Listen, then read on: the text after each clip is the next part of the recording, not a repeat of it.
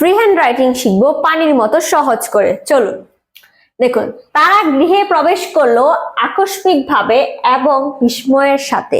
একটা সেন্টেন্স লিখেছি, ঠিক আছে? এই সেন্টেন্সটাকে আমি কিভাবে সাজিয়েছি এবং এইখানে কি কি তথ্য হবে সেটা এখন বলবো। দেখুন, তারা গৃহে প্রবেশ করলো, ঠিক আছে? এই যে দেখুন, তারা তারা ইংরেজি কি? দে।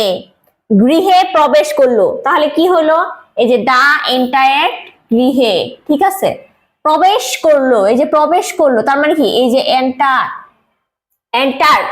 আচ্ছা বলেন তো, এই যে প্রবেশ করলো মানে কি? এন্টার্ড মানে কি? অলরেডি সে কিন্তু এন্টার্ড করে ফেলেছে। বলেন তো এটা কি টেন্স? Any idea? এই যে যখন ভার্বের সাথে ইডি যুক্ত থাকবে, এটা হবে কি বলেন? এটা হবে হচ্ছে গিয়ে পাস্ট ইনডিফিনিট টেন্স, ঠিক আছে? সে এন্টার্ড, ঠিক আছে?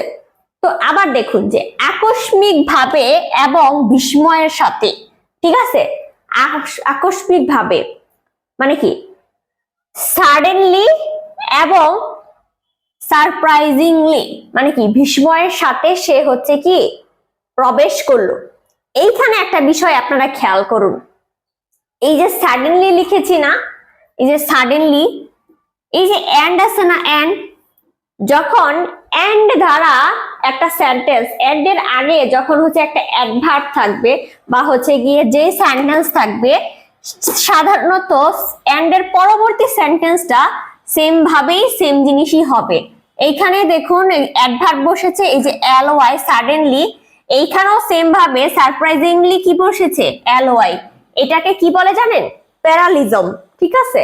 যে এন্ড এর আগে যেটা বসবে পরেও সেটাই বসবে। আশা করি এটা আপনি বুঝতে পেরেছেন যে এই সেন্টেন্সটা অ্যাকচুয়ালি কিভাবে হলো।